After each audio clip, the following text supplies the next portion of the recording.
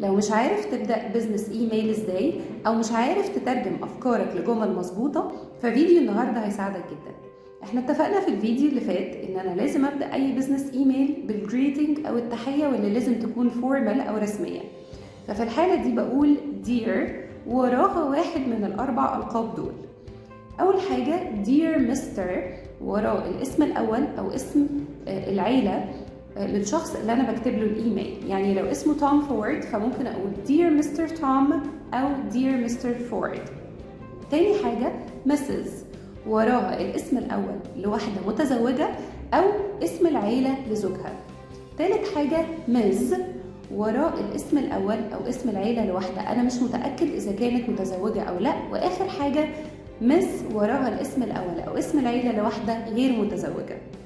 لو لسه بتتلخبط في نطق الألقاب دي ارجع للفيديو مرة تانية لأنك معرض تنطقهم في أي ميتنج في شغلك. Thank you.